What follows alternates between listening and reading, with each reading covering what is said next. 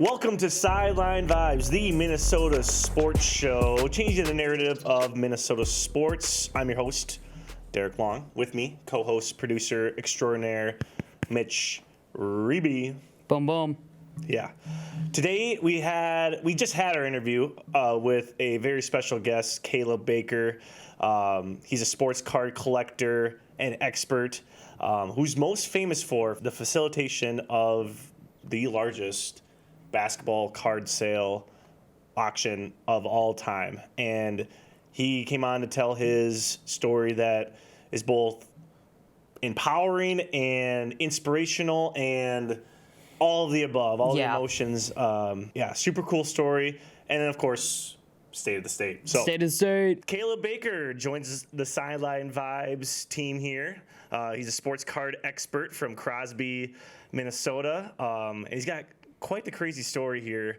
And so we love to have him on here and kind of talk about his experience with card collecting and also one of the crazier card collection stories probably of all time. Craziest one I've heard of. Oh, yeah. Well, before we get started here, you started a card shop in Crosby, Minnesota, way up north, if you guys don't know. When did you get into card collecting?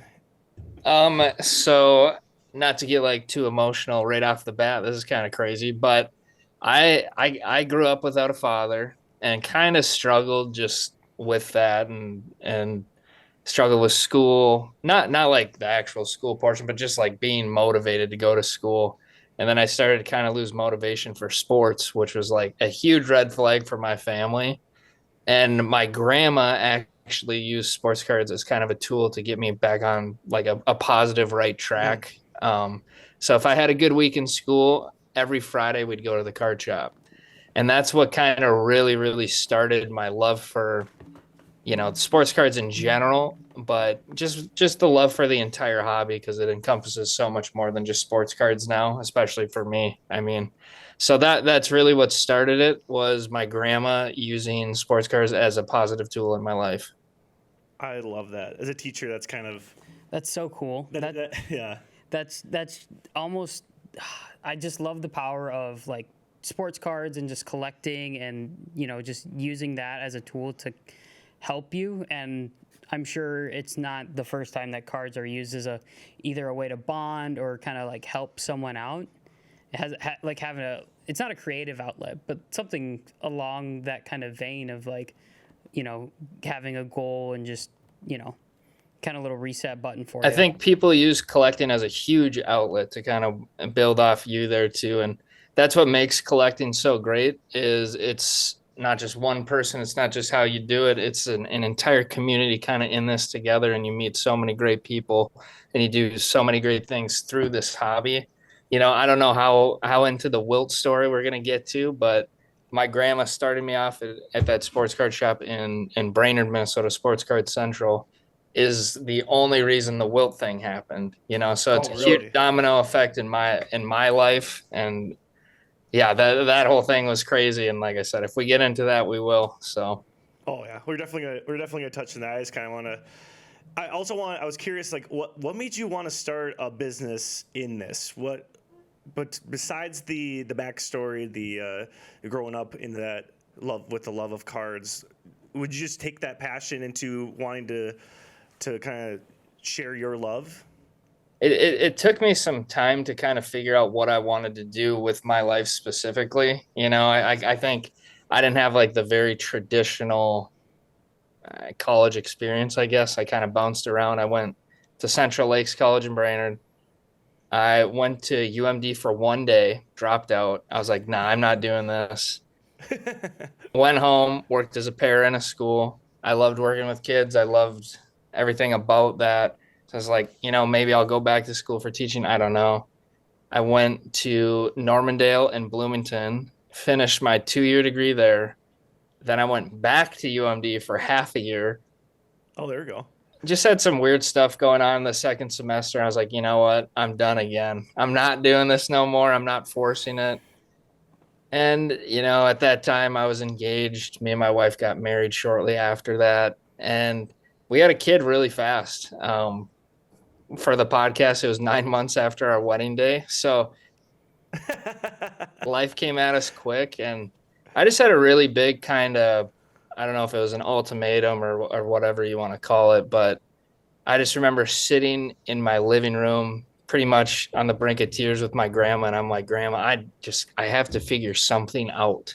I want to provide for my kids. I want to provide, my wife's a nurse. She makes decent money. I'm not going to, whatever. But for me, just being a man and the head of the household, I just wanted to be a provider.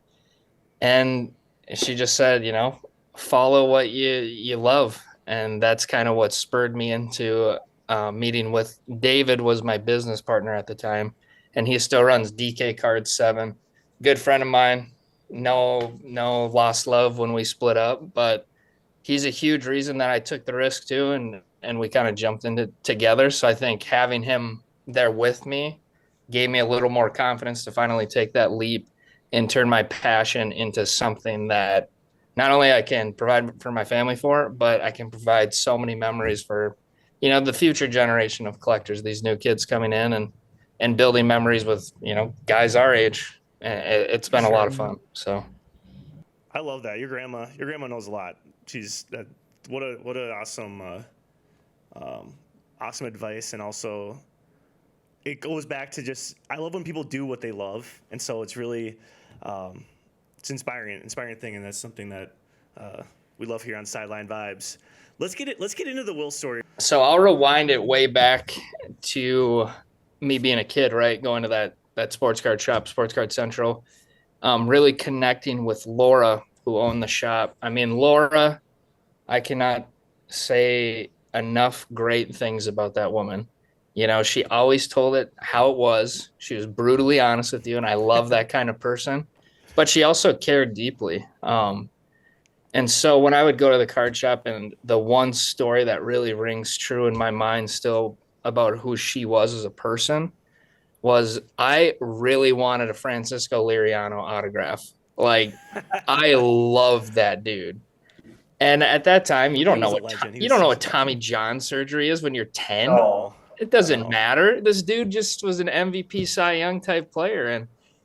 And so I went into her shop, and she's like, yeah, I got some stuff. And she pulled it out. It was like $60. And my grandma looked at her. I'm like, Grandma, come on. I'll do whatever you need me to do.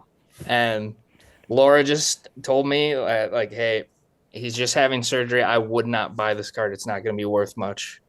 And so in that moment, I don't think I realized, as a kid, how much she truly was looking out for me.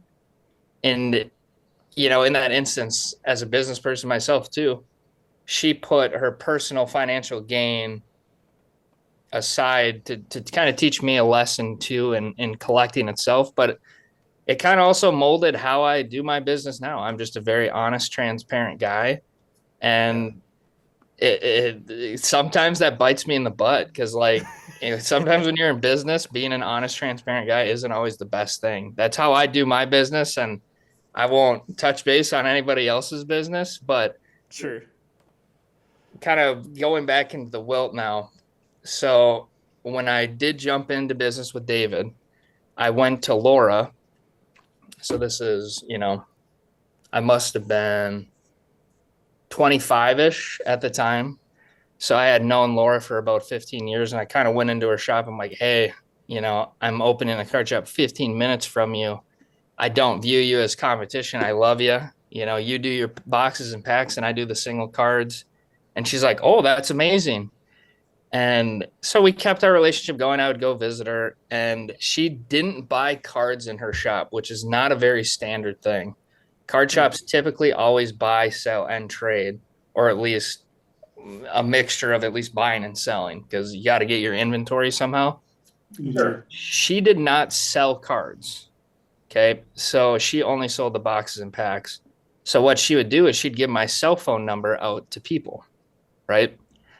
And a lot of the leads were not great, and that's the part of the business. You look through somebody's collection and tell them their stuff's not worth anything. It sucks every time. And it has not gotten better for me the last 5 years. A long time goes by. Right. And I started getting a few calls that were a little nicer. That was cool. Well, unfortunately, Laura then passed away. Okay.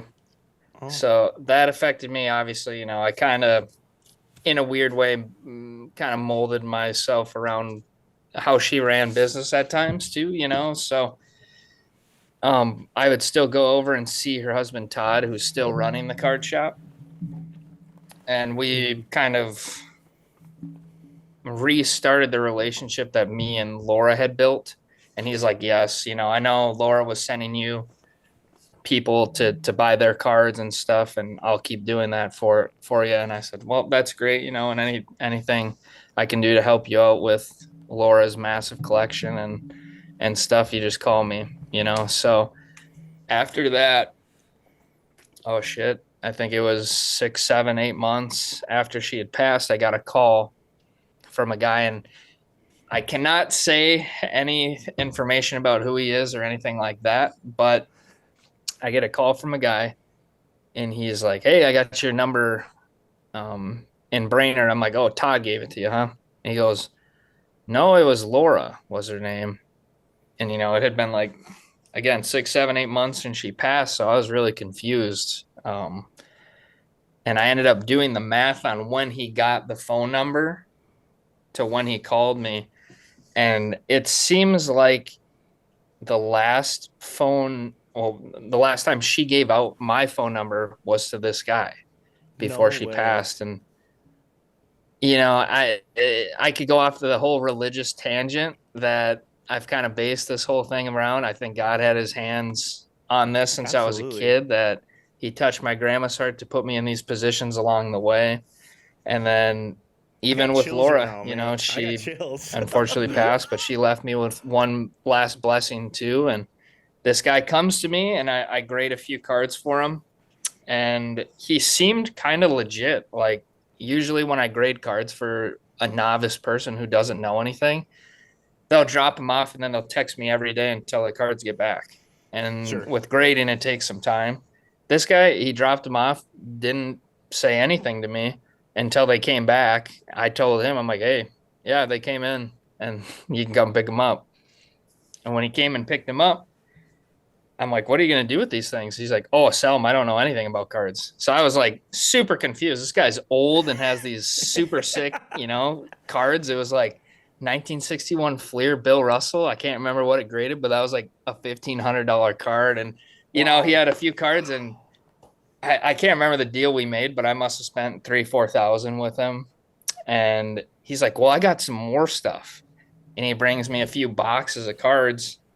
And I'm going through it. I'm like, holy shit, this stuff looks awesome, dude. Like, this 61 Fleer set's unbelievable how clean it was. And I'm keep looking through it. And finally I get to, so there's 2 Wilt rookies in the set. There's an in-action. There's an in-action version. I was going to see if I had one. Yeah, I might have one. Hold on. Oh, yeah, go grab it. Let's go. Sorry, I just wanted to give you guys a visual. So, no, this is great. This is, and it might be kind of hard to see with the glare. So this is a Wilt Chamberlain in action rookie. And so it's not as valuable as the true rookie, right? So I see his, and I'm like, man, that thing is clean, like super clean. And I just like was frozen almost, because I'm like, man, if you have the real Wilt rookie here, you could be looking at something insane. And he pulls a flip phone out of his pocket, and he goes, this one?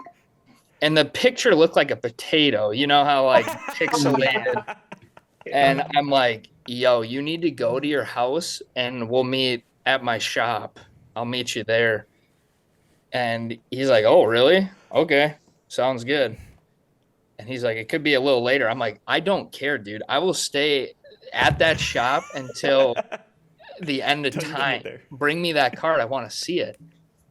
And, he brings another little box, and I'm going through it, and it's not in there. And I'm like, how did you have that picture, man? And he goes, oh, it's right here. And he pulls the card out of his, jacket pocket. And I'm like, you've got to be kidding me, dude. And instantly when I looked at this thing, I was the professional side of me, and this is what that one would look like. Obviously, this is an SGC2, so it's definitely not the quality that I saw, but just to give people a visual, this is what that card looks like. So, Mm-hmm. and when I'm holding this thing, the professional side of me took over where it was just like, this card needs to be graded. It's a beautiful looking card. And I was completely calm and weirdly calm. And I'll pull up the picture that I took of me holding them. And here they are. And there's my hand.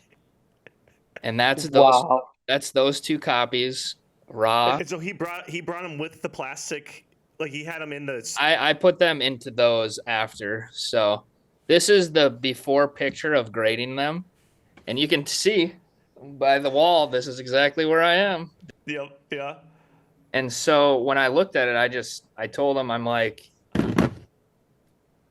listen, this could be worth a ton of money potentially, like a ton.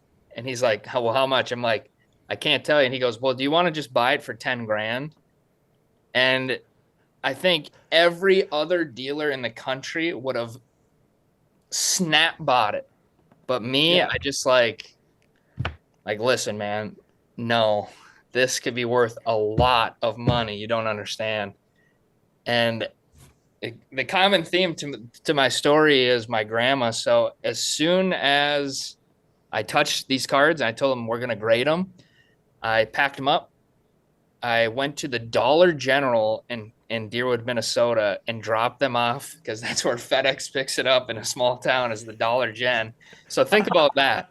This $1.7 million card was sitting in a box at a Dollar General.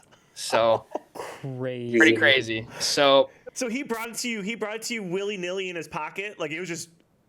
he had it in something, but it wasn't that exact one. So okay, I just was picturing that, which is hilarious. But pretty willy nilly though. I mean, like, so he's driving around town. Yeah.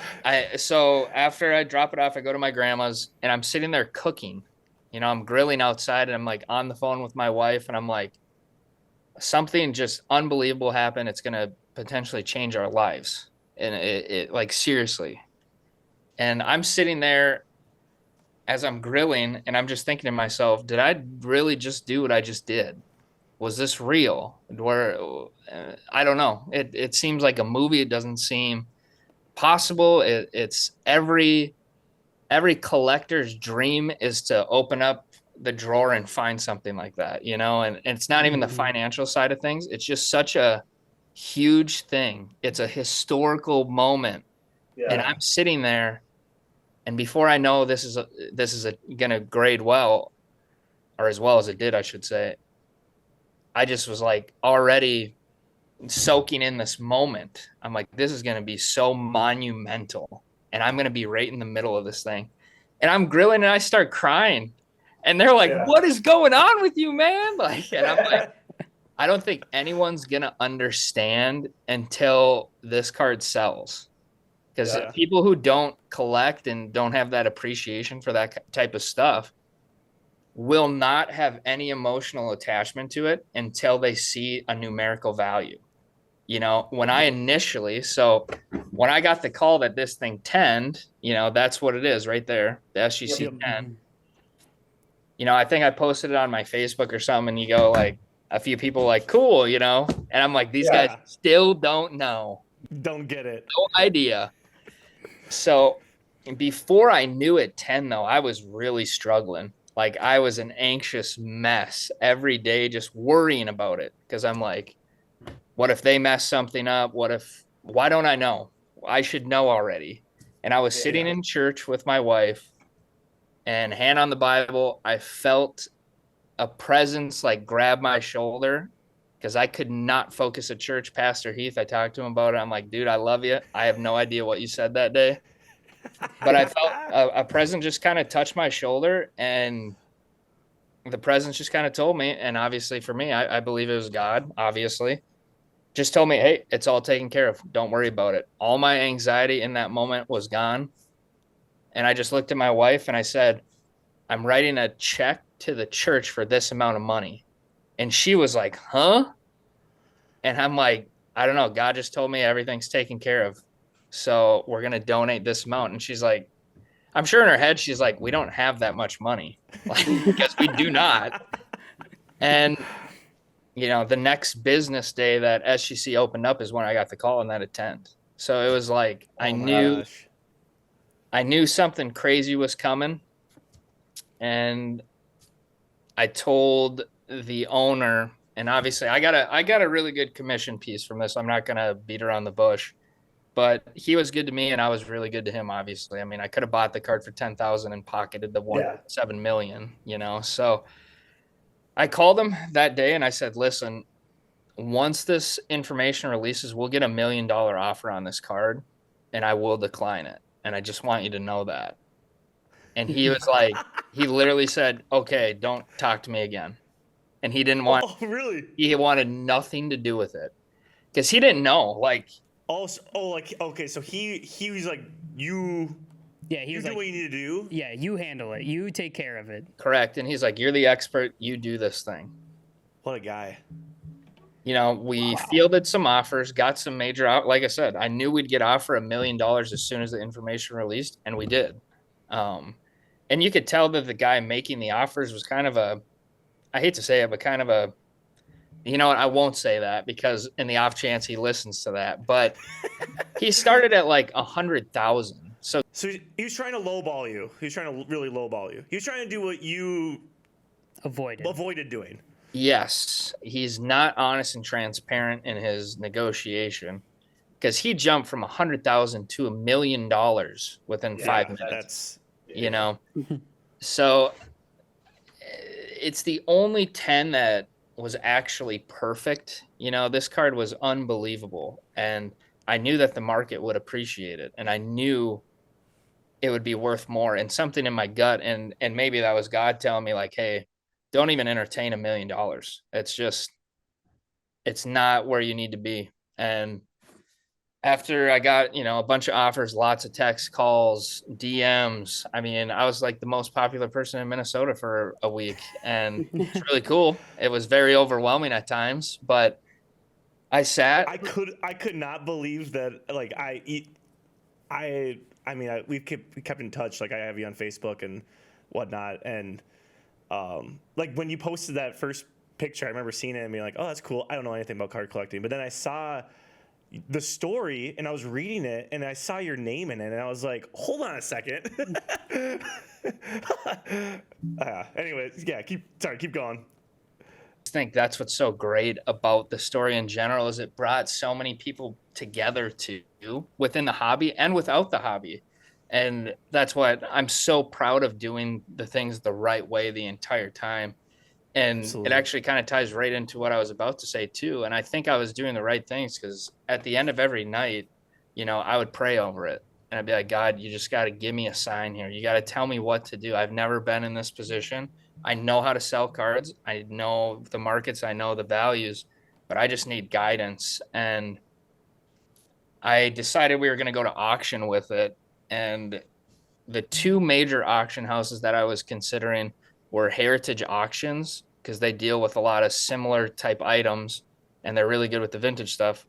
Or I was going to go to Golden Auctions, and I think they do a much better marketing job for their stuff. So sure. I was really stuck between these two, and I was like, God, I don't know what to do. I need guidance. I need an answer on this. I need a clear head. And I was talking to Allison too, my wife.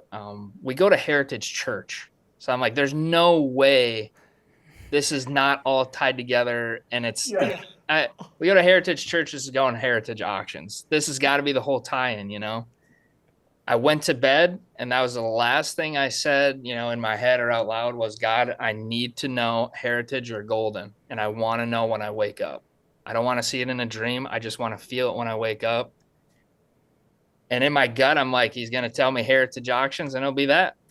I woke up, and without a shadow of a doubt, Golden Auctions. Wow. Without a shadow, I was like, told my wife, I'm like, hey, this is what it is. We're going to Golden Auctions. Instantly signed the contract with it, and I was heading down to Miami. Monday to pick the card up because I didn't want SGC to at that point fly it, or I mean, sorry, to ship it up. Because I'm like, Sure. listen, I can. Do you pick up your mail too at the Dollar General? Is that what? Well, SGC, they don't got that same delivery as the Dollar General and Deerwood does. So there's not a lot of, I don't know. There wasn't a lot of logic to that, but once it was for sure the 10, I just like, I got to fly down. It's part of the whole experience too, getting to go there and pick it up and everything. So I told my wife, who was on a girl's vacation, I'm like, listen, I got to go to Miami. She's like, what? I'm like, dude, what are you talking about? Like, this is once in a lifetime. Yeah. I'm like, Allison, you don't understand. This is life-changing. The whole experience and the financial thing is going to be life-changing too. Like, I don't know what to tell you. And I book a flight, and then I looked at my brother, Sam, and I just said, will you come to Miami with me? And he was like, I don't know if I got the money, bro, or something, whatever. Like, how often you just book? I'm like, trust me, I got you on this one, dog. And so I flew him down with me.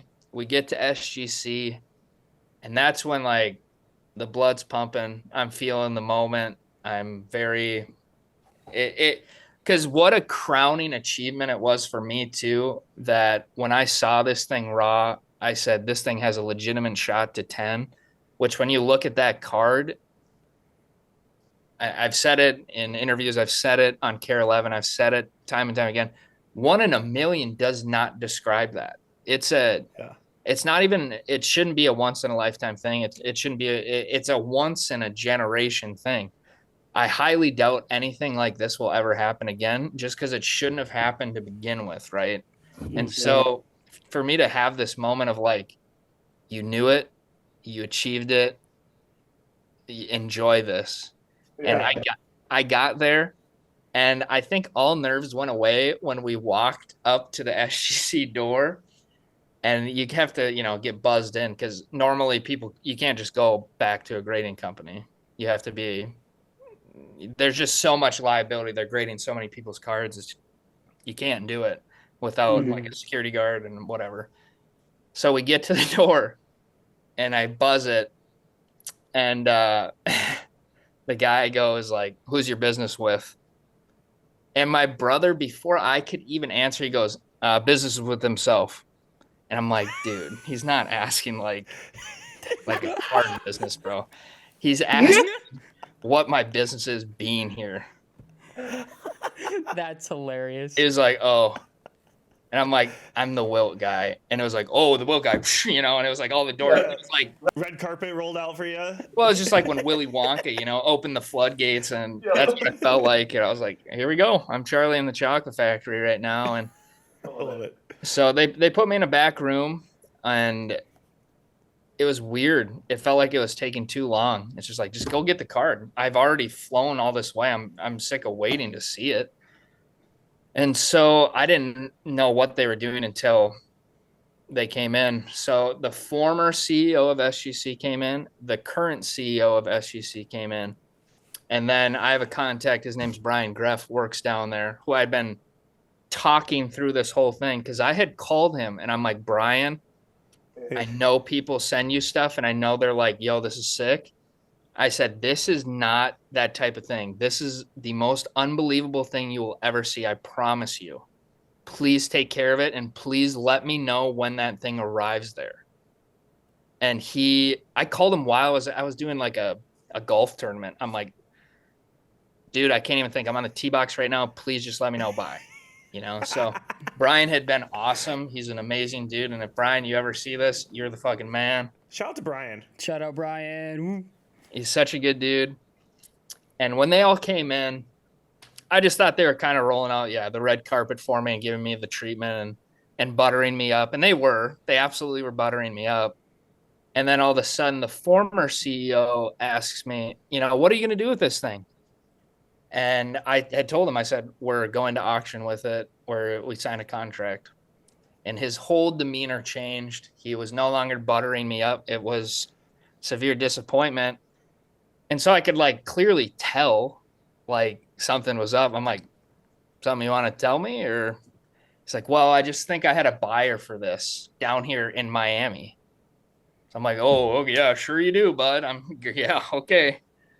And I told him, I'm like, if the guy wants to make an offer, he can make an offer, but you'd have to get out of the contract. So the contract, whatever Golden would want to do with that.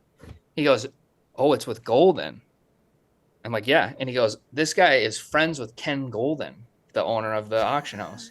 So I'm like, well, if anybody's going to get us out of it, it's this guy. So I had told them what we declined. And I think at the time it was a $1.2 million offer that we had declined. Okay. It was either 1.1 or 1.2. And whatever it was, he left, called Steve Lichtman, the guy who bought the card, came back in, made an offer, and it was 100,000 over. And without even considering, I said no. I'm like, no, absolutely not. We'd way rather go to auction with this thing.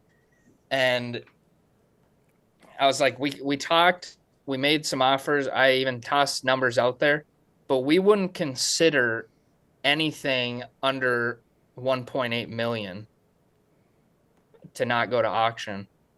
And he went out, talked to the guy, and we went back and forth. And he's like, well, actually, the funny part of the negotiation is when he went out to call Steve to let him know, I looked at Brian and I looked at Peter, the current CEO of SGC. This is exactly how it's going to go. He's going to make an offer. He's going to say, if you don't take it, I'm not bidding on your auction. And he would be $100,000 over the high. The decline.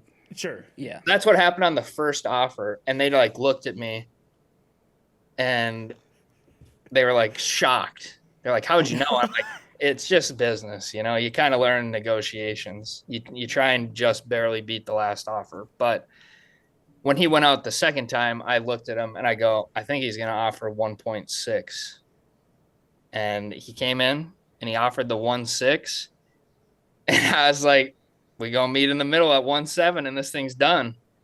And we did. And the rest is obviously history. The card sold for 1.7 million privately. I was frantically on the phone with the owner. Dude, the funniest part of this is I'm so worried we're going to miss my flight because I had just planned to pick it up and leave. Yeah. Mm-hmm. I'm also worried because banks are closing and he can't wire me the money. So I'm like, I'm going to be in this limbo where I have no money. I don't have the card and I'm just stuck in Miami. Oh, no. Not a bad place to be stuck, I guess. No, it wouldn't have been the worst, but I'm calling my bank and Wendy Dickey, I love you. You're the best.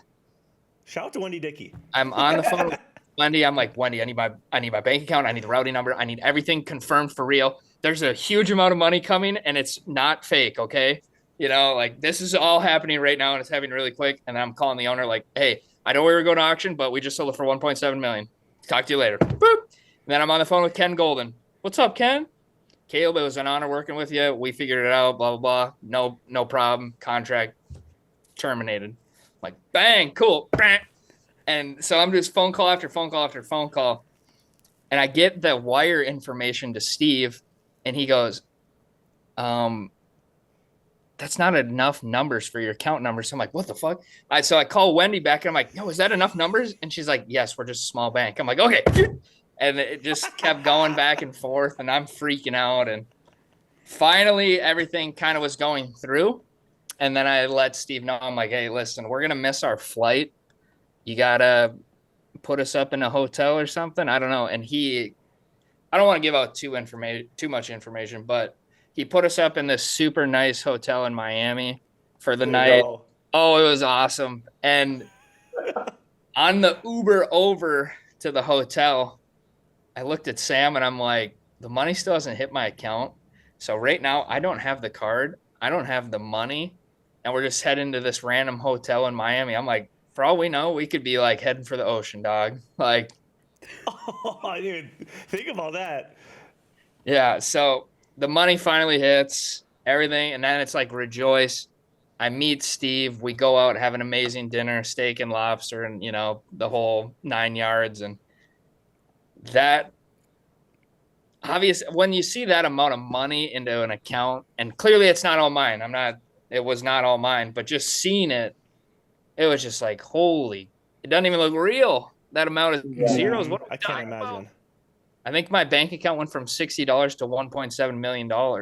Like, Oh my god, that's insane. That's insane. yeah. So, and like I said, full disclosure, I had to pay the owner and his brother, so that money was not mine. But just seeing it was crazy. I made a good commission. It's all good. But what did the original card owner, what did he say when you told him initially? I think he was more in a shock, right? Because his expectations were maybe like at best a $40,000 card. Now we're talking $1.7 million. Yeah. And, I think he was just shocked. And I just kind of told him, hey, we'll talk when I get back. And, we'll have a great old time. I'll be ready to pick up that check, dude. And, I sat in Miami, enjoyed the night, enjoyed the presence with Steve. I ended up selling the other Wilt card to Steve. I ended up getting a free Disney trip for my family out of it. It was in the negotiation. Oh, that's awesome. So it was super sick. I could go into that more, but I think the really cool ending part of this story is when I got back and the original owner, I said, come meet me and we'll go to the bank together and I'll write you these checks. Because when you're talking that amount of money, it's just different. It's not $50 check anymore. It's huge. And so the original owner had a brother in this, and the brother had no idea what was going on. So when he came to Crosby, his whole mindset was like, what the hell are we doing in Crosby? This place sucks. Like, I thought we were just going to go get something to eat. And I looked at, it sucks that I have to keep saying it this way, but the original owner, I looked at him, I go, you haven't told your brother, have you? And he's like, nope, I figured you could. And so him and the brother and the brother's wife were sitting there. I'm like, listen, I was talking to and was telling him that, if this graded this, it'd be worth 10,000. If it graded this, it'd be worth 40,000. And the wife's face when I said 40,000 was like, she was just about to fall out of her chair. And I go, yeah, but it graded a 10 and I sold it for $1.7 million. And we're going to the bank right now. And this is the amount you're getting today in a check. So just imagine that part of this, Oh my gosh. You just think you're going for a burger and then you're getting a check for, oh my God, dude. Like, just imagine money. that. I love that. That's so cool. What an awesome story. Yeah, and we wrote the checks and then we went and had lunch together, and it was kind of fun because my grandma is like the same age range as the owner and his brother, kind of the early 80s. And, they were obviously more peers than me and the owner were. And they were just chumming, and they're just like, what an accomplishment this whole thing had been. And I will never forget it. The original owner, we had kind of shared this kind of emotional moment, and he just said, Caleb, I am so proud of you. Everything you did for us, for yourself, for your family, for the surrounding community. I'm just so proud of you. And like to hear that from him just hits so different. Like you can be proud of yourself and everything. Now I got chills.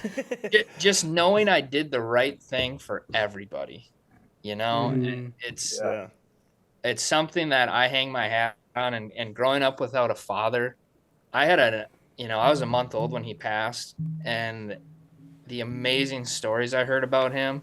He worked in a prison, and he had, it seemed like every person in that prison sent a letter after he passed to our family, to me, to Sam, my brother, and to my mom, just talking about how amazing he was. So for me, leaving a lasting legacy that's more than finances, that's more than, even really what you truly accomplished, just being a good person and doing the right thing is the legacy I want to leave behind, so that when my kids get old enough to understand, they'll be like, my dad was a good guy. And that's all Yeah. I care about. And I just want to be a good person and do the right thing. And this is just, it was just it's such a crowning. And I guess I'm at a loss for the word right now, but everything was perfect about this. God challenged me to do the right thing.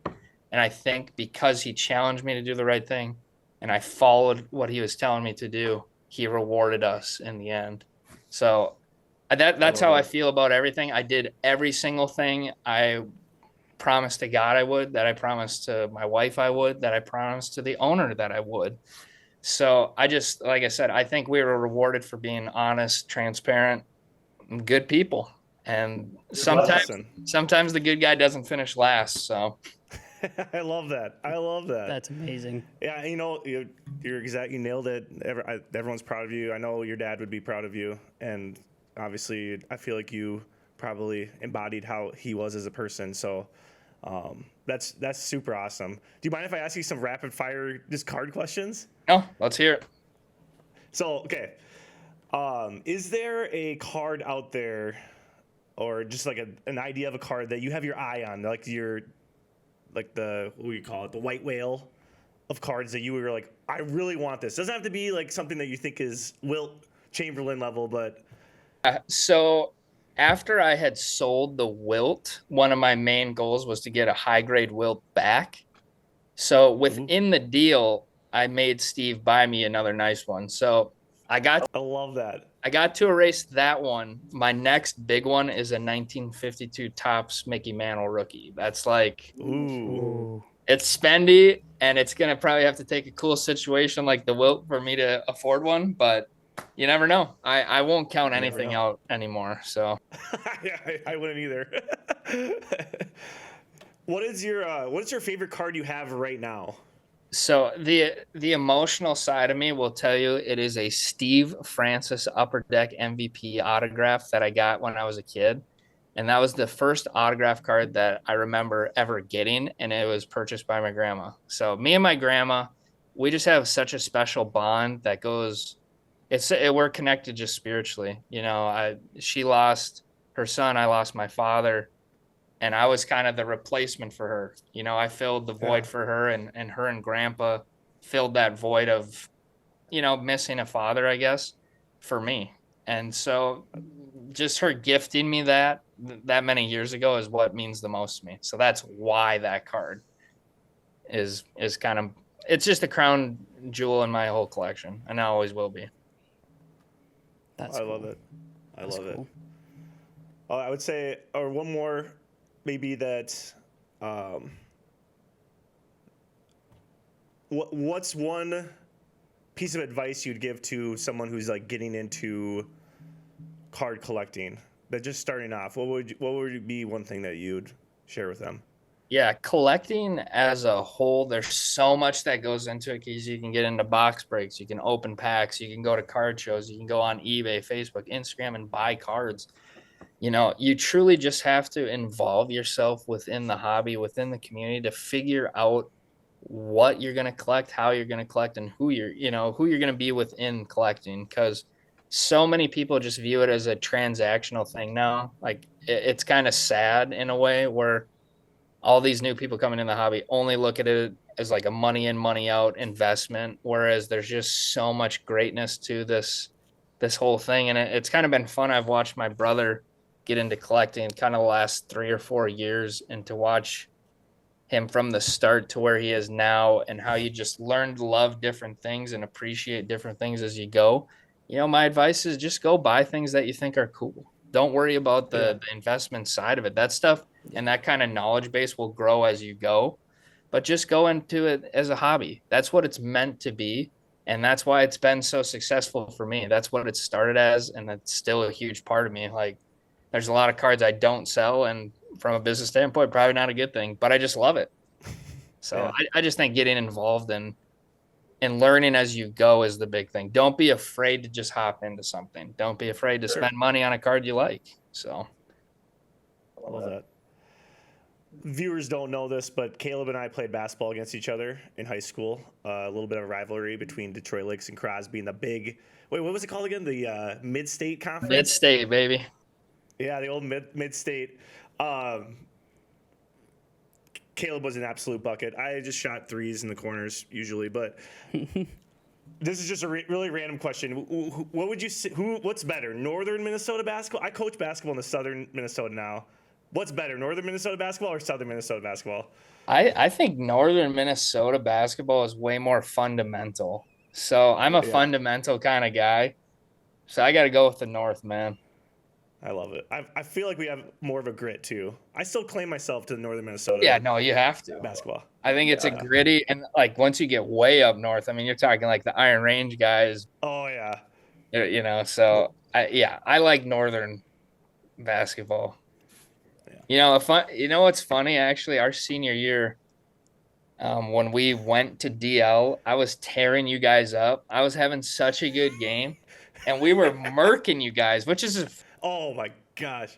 We had some really close games back then, really close. And I mean, when you guys had Allberg and stuff, you guys were kind of dominating us. So, but our senior year, I was going off, and I was gonna score my 1,000th point in Detroit Lakes, but my coach took me out 1 point away. He's like, "You get it at home." Oh. I did know that was coming, and I was like, thank God he didn't score it in Detroit Lakes. I had 999 points after that game. Yeah. You guys got us that senior year, but we could go on for hours for this. The senior year we got you, but I started as a sophomore too, so I think we were either 0-4 or 1-3 those first 2 years, and then we got you the senior year though, baby. Yeah. Those ones that count. Honestly, this story, this Wilt Chamberlain story, I think you said that they're doing like a documentary about it. I think it needs to be like an actual movie. I think someone needs to pick up this story because it is phenomenal. The religious aspect of it is, I think, incredible as well. And I think someone out there should listen to this story and definitely. That's what this should be. It's supposedly he's a huge, documentary biography type movie maker in Hollywood. So we'll see what it turns into. I'm going down to the National Sports Card Show here in Chicago at the end of this month, and that's where we're supposed to film my portion of the interview. So I don't really know. We haven't talked too much about it, but it should be pretty cool. Dude, that's awesome. Well, I guess we're at the end. We're almost at the end of the time thing. So what do you have to plug? I always like to ask that. Mm-hmm. I know you started a YouTube channel. Go through the list of things that your plugs right now. I'm pretty much just at minicards24 everywhere. I just started posting on YouTube. I'm doing card show reviews. I'm doing kind of some fun content, but then I'm doing a lot of kind of informational content for new beginners, kind of getting into the hobby, and even some guys who maybe don't do certain things and want to learn it. I'm kind of trying to do a one-stop shop kind of place because not a lot of places do that for cards. Love that. Yeah, for some reason people I don't know, they feel like they're giving their edge away if they teach other people's. For me, it's not like that. I like people learning and getting smarter and doing cool things within the hobby. I know that's not always the case for other people, but it is what it is. So I'll be doing that on YouTube, at minicards24 on Facebook, Instagram, Google, whatever. I'm also on Whatnot. We do live sales typically 2 to 3 times a week, usually Monday, Wednesdays, and one random day, whether it's like during the day or something. So always have cool stuff, always buying, selling, trading. So if you got anything and you need me, I'm here. I'll look through my cards. I'll send them all to you. Hey, that's the thing, dude, is so when that Wilt card sold, the amount of people like calling, texting, messaging me, you got to look at my stuff, please, for the love of God. And it was a lot of like guys we balled with too. Like, really? Oh my God, dude, guys from Staples and DL and Perham and Aiken and wherever, Brainerd, so that was kind of fun. That's what's been cool about it too, is, as you guys know, the older you get married, you have kids. It's so hard to keep in touch with everybody. And that's what's been cool is it kind of helped me rekindle and retouch with a lot of people. So it's been really fun. Love that. I love that. And then your shop is Crosby. What was the name of it again? Mini cards. Love it. Yeah, I went through Crosby about 3 weeks ago, and we were I was gonna stop, but the shop was closed. So I was like, maybe next time. No.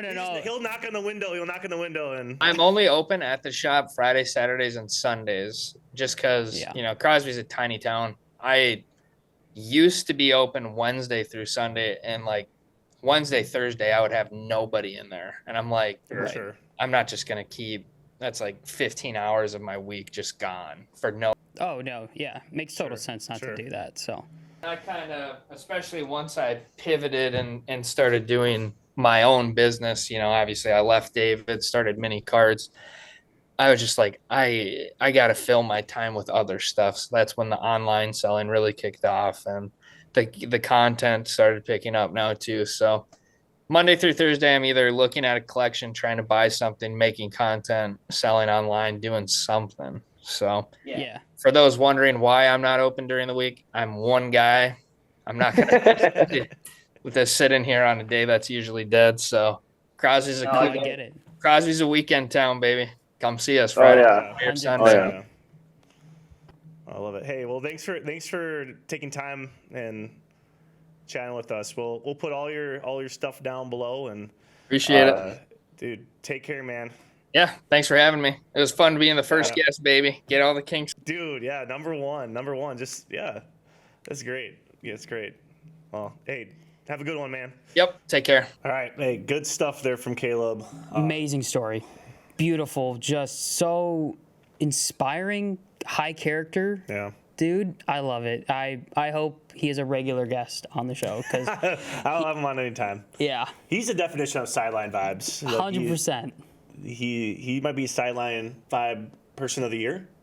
Maybe depends on who else we have on. Yeah. Right now, leading contender in the MVP he's voting. Leading contender. Yeah. He. Right behind. So it goes him and then me. Where am I in this? Am I third? Okay. Yeah, well, great guy. Yeah. Check out all of his socials if you haven't already. Let's get into State of the State. State of the State time? State of the State. We're going to start with some Twins chatter. I decided to call this, and hopefully there's not we'll have to cut this out if there is already one.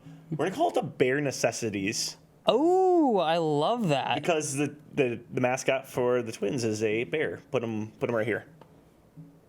Well, I mean, there's the song "Bare Necessities," but yeah, we're not gonna do it. Well, Bare Necessities. Well, it's like a play on. It's a play on that. So this is the Bare Necessities. The Twins breakdown.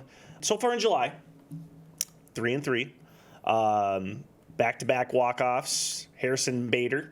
Mm-hmm. Are you familiar with him? Yes and no. He's got some swag. Okay. He's got the hair going. He's got all these like things, accessory. His during warm-ups, he wears like this crop top cutoff thing. He just muscle guy. Okay. I think he's a vibe. He hit his first ever career walk-off home run on 4th of July. Kind of fun. Fireworks. Double fireworks. That would have been a crazy game to go to. 4th of July at Target Field. That would have been Was it at Target Field? It's at Target Field, yeah. Yep. Against the Rays. That would have been an electric game to go to. Yeah.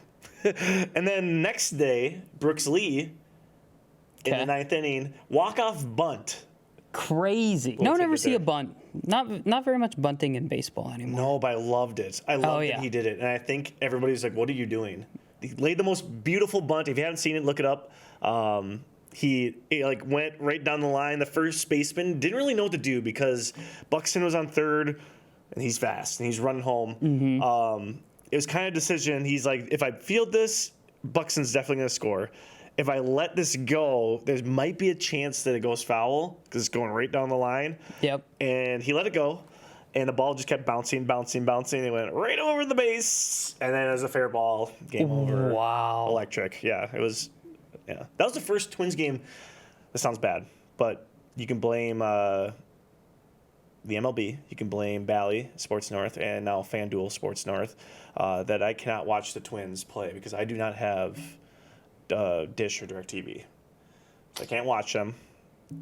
So this is the first game I was at back home. This is the first game I got to watch in its entirety. What an electric game to watch. So someone give me their dish, and I want to know when I watch. Want to know when I watch. Otherwise, I'm just catching up on other ways. But Twins, second in the division, 13.5 games back in the AL Central. But wild card is definitely not out of the question. They're kind of in the mix there. Things are looking a little bit better. Rocco Baldelli, the manager, he got his 500th win. Wow, it's pretty cool. How long's he been the manager for the Twins? Yeah, he's been since the Bomba.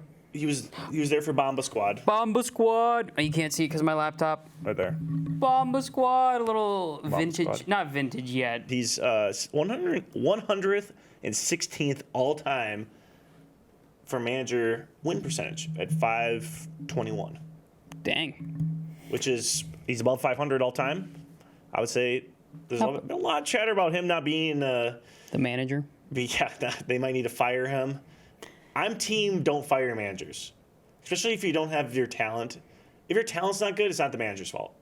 But that's always the first thing that goes usually. Yeah. I don't know. He's been there for a while. I mean, the Bomba Squad was like 2018. Yeah, but we won our first series in 20-something years with him. So it's, I don't know.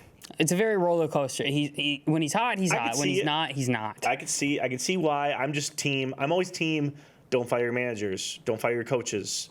Let it all play out. If it's toxic, that's when you got to fire them. Mm-hmm. Anything else with the Twins? Anything else you've seen? You're going to a St. Paul Saints game on. I am. St. Paul Saints game. You're going to wearing see the hat. Full breakdown. Yep. I'm going to go there, do a little in-person kind of recap on video. Yeah, well, you're going to film it. That's nice. Yeah. Well, of course I am. Yeah, I'm going for an alumni event for SMSU, but I will have the phone in hand recording make sure to capture the event with the pig. That's all I'll say. The pig. I can't wait for this. Yes, it will be. Pig Bowl. We're going to call it the Great Pig Bowl. That's not what it's called, but I mean, we can. I'm going to call it that. Until we see the recap, and I'm sure people have been to plenty of Saints games. It's an electric time at CHS Field? Yeah. Sure. I think so. I think that's called. Yeah. But yeah, a lot of fun. I'm super excited. Get to go with some friends. Get to have a few brewskis. Have a good time. The American dream. Have some peanuts. Have a freezy. I will have a freezy. Dude, have a freezy. Trust me. I just had a freezy the other night. It was great. I'm telling you, man. We're missing Freezes out. are great. Freezies. All right, let's talk some Loons. Loons. I've also titled this one. Think about this. Wonder Ball. Oh, yes. Because they play Wonderwall. Yep. That's like the theme song. Wonder Ball. So hopefully, don't sue us if you already have a podcast called Wonder Ball or have anything. I don't know. But that's what they'll send us a decent. That's what our state of the state little. Yeah, they'll send us a. Yeah, don't sue us, but just let us know. The Loons are currently 10-7-4, third in the Western Conference. Okay. 37 points, so they're down 2 to the leaders. So you get 3 points for a win, I believe, 1 or 2 for a draw. And then nothing for a loss? Nothing for a loss. Okay, so well, that's good. You don't want to lose, though. Right. Because you can... You don't get any points. The standings are based off the points. Right. So, okay. So they won on the 4th of July, just like the Twins. 2-0 against Dallas. All-star goalie, Dane St. Clair. Wonderful name. Yeah, he's Canadian. He's one of the best goaltenders in the MLS. Actually, that's why we're so good. He had a great game. Several crucial saves at good times, and we were able to score off of what they call set pieces. Okay. Do you know what a set piece is? I do not. To compare it to some other sport, the sport I love, basketball, that I know the most about, it's kind of like an inbounds play. Okay. So if there's ever like a dead ball where they do like a free kick, or they do a corner kick, or they do a throw-in, teams run what they call set pieces, which are like they might cross. Two guys cross and they cause a little confusion so they can like get a header or something, or they create some sort of diversion. The Loons are known as like one of the best teams in the league at that, and they score off of a lot of the set pieces. So they scored 2 goals off of set pieces on the 4th of July. So sick. Yeah. Were they from corner kicks or were they from throw-ins? One was kind of like just outside the penalty area, just a free kick, they call it. Okay. And one was a throw-in, like a very long throw-in from Boxall, who's also an all-star this year. Okay. He's able to throw it from like the sideline all the way to the middle of the field. Jeez. So he did that and he threw like into the box and got hit it up. Nice pass. Very, very cool. Finished. So Loons are looking good right now. Next game is the first round of the U.S. Open Cup versus Chicago. That starts on Tuesday, 7 p.m. It's going to be on Paramount Plus. So if you have the Paramount Plus, you can tune into some Loon U.S. Open Cup action. My parents do have that, so I will be watching. Yes. There you go. Let's talk Lynx. Prowl's piece. The Lynx are 17-2. Very good. 17-2. Best record in the WNBA because they have the best player in Fee. I was going to say, in the face of the league. She won Western Conference Player of the Month. There you go. There you go, man. It's time to put her on the map. She is currently in the lead for the face of the league standings over Caitlin Clark. Is that an official? That's an official Sideline Vibes power ranking. Official Sideline Vibes. Okay. Yeah. I didn't know if you're. She's first in the official Sideline Vibes face of the league of the WNBA power rankings. Caitlin Clark right behind her. Yeah. Okay. And then right behind her is Courtney Williams, who just got invited to the All-Star game along with Fee and Coach Cheryl Reeve. They've won 3 in a row since their cup loss in a dominating fashion. Courtney Williams, she's hilarious though. She got the call, and Courtney declined the call. Oh, what a power move! Kathy called back right away, and then Courtney answers and she goes, "Courtney, this is Kathy." And she's like, "Kathy who?" Like no idea, like just no clue what's going on. And so she's just so fun. Nice player. So she got excited about the call. The stud buds. Remember when I talked about Courtney and T doing their like live stream? Yeah. They call it stud buds. Okay. Check it out if you haven't. Great stuff. Great content. They're going to plan. They're planning on doing a 72-hour live stream during the All-Star. Jeez. So T's coming along to kind of like do some filming and all that stuff for their content wheel. So yeah, we need to get them on the pod. Yeah. Reach out. We have our Gmail. Court and T, stud buds, come on the pod. We're big fans. I will say, Fee is the leading MVP odds with -300. Right behind her, Caitlin Clark +275, and below her is Brenna Stewart at +2200. Because she's the face of the league. So if you want to make if you want to make some money, put some money down on Brenna Stewart to win. You will make up a good Please amount. don't put all your money towards Fee.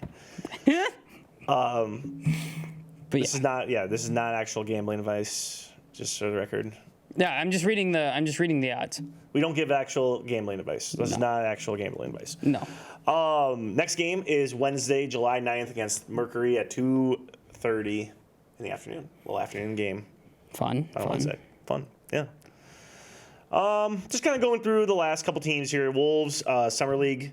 Their first game is July 10th versus the Pelicans, 2:30 ESPN. You get to watch a handful of guys that I'm really excited to watch play. Not Luka, R.I.P. Yeah, he's not anymore. dead, he's playing for the Celtics. He's playing for the Celtics. He's probably playing for the Summer League team, I'm guessing. And Mina as well. Any Wolves things? Not much. Just they haven't made too big of moves. I know there's some rumblings about.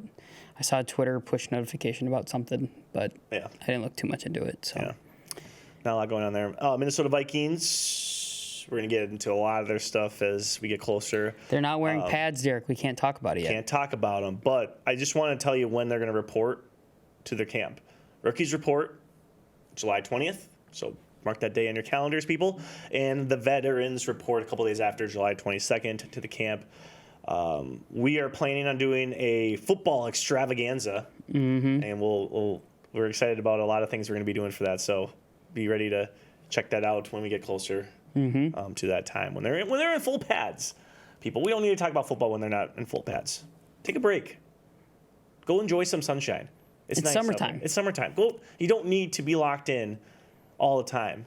Unless you really want to, then do lock in. Get all your fantasy knowledge up and going before any of your buddies can, and just know. But it means nothing. You're doing all this work for nothing. No, it's work. When you win your fantasy league, it's totally worth it. Then you have bragging rights for a whole year. It doesn't help you. It does. No. I've already researched. Just enjoy it. Just take a mental break. Anyways, Minnesota Wild development camp starting. That's about it. We'll talk about the Wild and the Frost as we get closer. Yep. To the season. We talk about them when the first snow falls. Maybe a little bit sooner. That's a little. I was gonna say, Eric, have you seen Minnesota weather? It's very hit or maybe miss. maybe a little bit sooner, or maybe a little bit later. There'll be 15 games in, and we'll be like, Eric, we can't talk about Minnesota Wild hockey or the Frost hockey because it's no snow yet. Yeah, maybe we should. Yeah, maybe. No, I'm gonna hold you to it now. I shouldn't make that declaration. No. No, it's too late. Declaration made. No, I didn't sign a contract. Vibe of the week. I don't know if I've said this before, but I don't know if I've dove into it. I'm a huge Wrexham, English, not Premier League yet, Championship League fan. Okay. Wrexham, if you don't know, Welcome to Wrexham is a documentary series. The team is owned by Rob and Ryan. Okay. Like Ryan. Ryan Reynolds. Okay. Deadpool. Yeah, Deadpool. And they started a documentary series on Hulu. It might be the best sports documentary series of all time. Debate me about it. I think it's awesome. Anyways, if you haven't watched it, I don't care if I'm going to spoil this, but season 4 finale is my vibe of the week because I just watched it not too long ago. I just thought of this. It is the best piece of sports documentary I've ever seen. Okay. And maybe that sounds hyperbolic because it just came out. I made my wife Bailey watch it. And what was her thoughts? She like it? Not like We it? didn't get to watch the full rest of the thing, but if you watch this episode, I'm just gonna talk about it because it already Spoiler. happened. And if you want to watch it, you'll still feel the same way. And if you don't want the spoilers, pause it right now and then go watch it and then come back and finish the episode. So here's your break for spoilers. I'm gonna spoil stuff. 3, 2, 1. 3, 2, 1. Okay, now we're back. Season 4 it ends. They're on the verge of back promotions, and they decided to have Rob Mack come in and give a speech before their last game. So if they win this, they are going up, no matter what.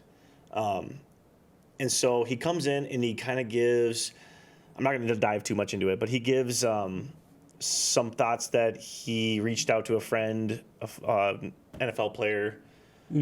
He gives some of that thoughts, but then he gives his own thoughts and some of the best advice you could give an athlete. And he's just an actor. Not just an actor. He does a lot of things, but his advice was something so inspiring. I'm like, man, I've never as a coach thought of explaining it, something that's so important to players. And he goes and says, play this game like you were when you were 10 years old. He goes through almost every player and explains something about them. Imagine you are on the pitch and you as a kid and you're just excited to get the orange slices after the game. I don't know if they do that, but I'm not summarizing that pretty well, but you gotta watch this. And they put in video clip montages of all the players when they were little kids. Oh, no way. While he's doing the speech. I'm literally chills and also tearing up right now. I think it's the coolest sport. It might be one of the coolest documentary pieces I think I've seen, period. And then also one of the coolest sports documentary, to have that. I have nothing to do with Wrexham Wales, period. But I felt the human connection with the players and with the community in just that one episode. Right. That it is. You need to watch it. Even if you don't watch the show and you don't want to get all caught up, watch this last episode. It should win an Oscar. I know it's for movies, but that can be so emotional. It was so emotional. I was bawling. I don't cry during movies. I'm not really a person who cries a lot. For some reason, caught me. I don't know if it caught me at a time when I was just like, I literally was weeping, sobbing. Because I was just like, oh, this is they're so happy playing. Oh my gosh. Yeah. Yeah, that's my vibe of the week. Go check that out. Well, I love Ted Lasso. I'm so excited for the new season. Yeah, and when there's an episode where one of their, not strikers, who are the defensive players that aren't the goalie, but they're called defensemen. Defensemen. I think is it Ben McAdoo? No. Sure.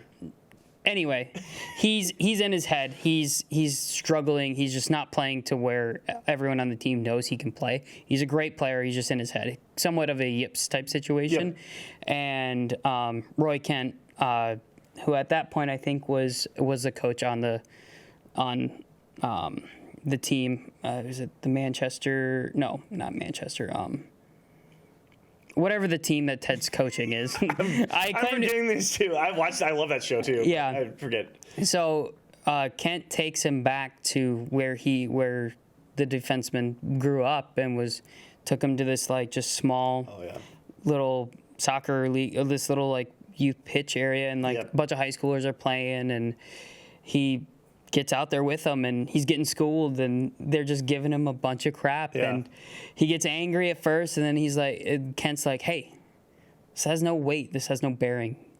Play like you would when you were here before. Yeah. And he just relaxes, and obviously he goes on and gets rid of the yips, and he's good, and everything's fine after that. But like that sounds a lot like that's kind of like the sideline vibe.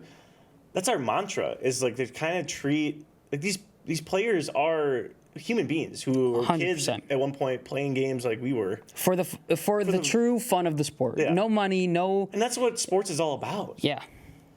Love of the game. Yeah. You play because you love the game. There are a lot of other factors that as you grow up, the game involves, and,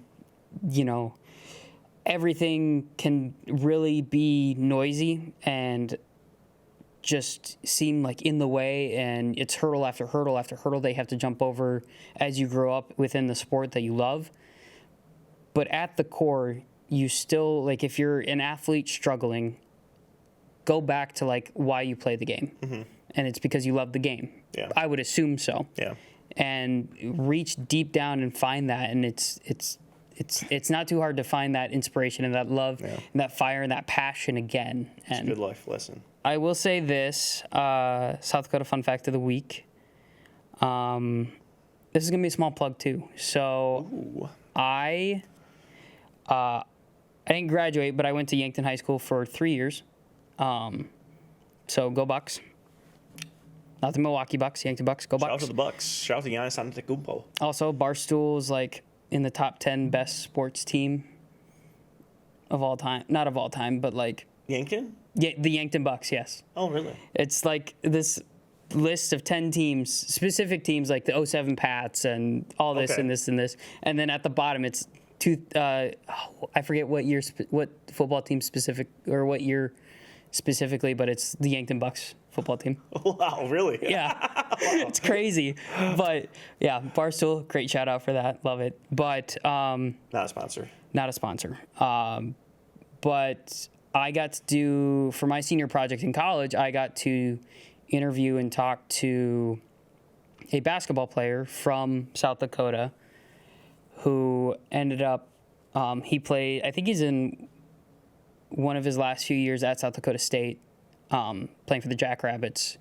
But he had started on varsity in like 7th or 8th grade and was a starter on varsity till his senior year. Sure. And I think they won one state title for sure, if not two. So, yeah, crazy documentary. Go check it out. It's great story. Yeah. He was fielding D1 offers as like a sophomore. Wow. Or he was getting, well, he wasn't getting, but, teams were looking at him very heavily. So he won, I think it's Gatorade Player of the Year or McDonald's Player of the Year, something like that. So he's also on the Mount Rushmore for South Dakota players. Oh, interesting. So, yeah, go check him out. He's a cool, fun guy. Very nice, very humble. Cool. Great guy to talk to. Great interview. I need to catch up with him. But, yeah, that's my little fun fact. Cool. I got to interview one of the more highly decorated and respected South Dakota athletes. So Love that. next week I'll come back with a more interesting fun fact. No, that was interesting. I was interested by that. Also, wall drug, don't go to it.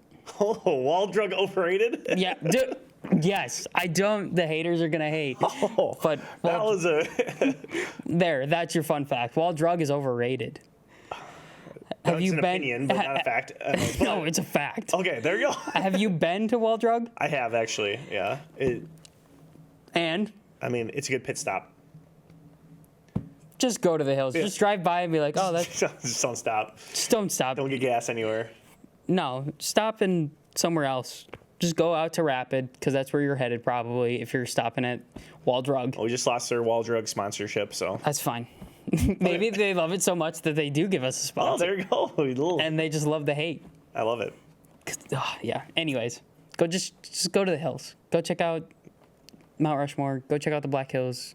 Go check out them working on Crazy Horse. Oh yeah, I love Crazy Horse. Yeah. Anyway, that's a fun fact from me from South Dakota. But Love it. Love it. Across the border. Well, that'll do it for us today on Sideline Vibes. Make sure you check out the socials below. Send us an email. Send us an email. We haven't gotten any emails yet. No emails yet, but we're going to. Yeah, do all those things. Am I missing anything else? I don't think so. I think that's pretty much it for this episode. Yeah. Well, thanks for watching. Keep the vibes high. See you next time. All right. That's a wrap. That'll do it.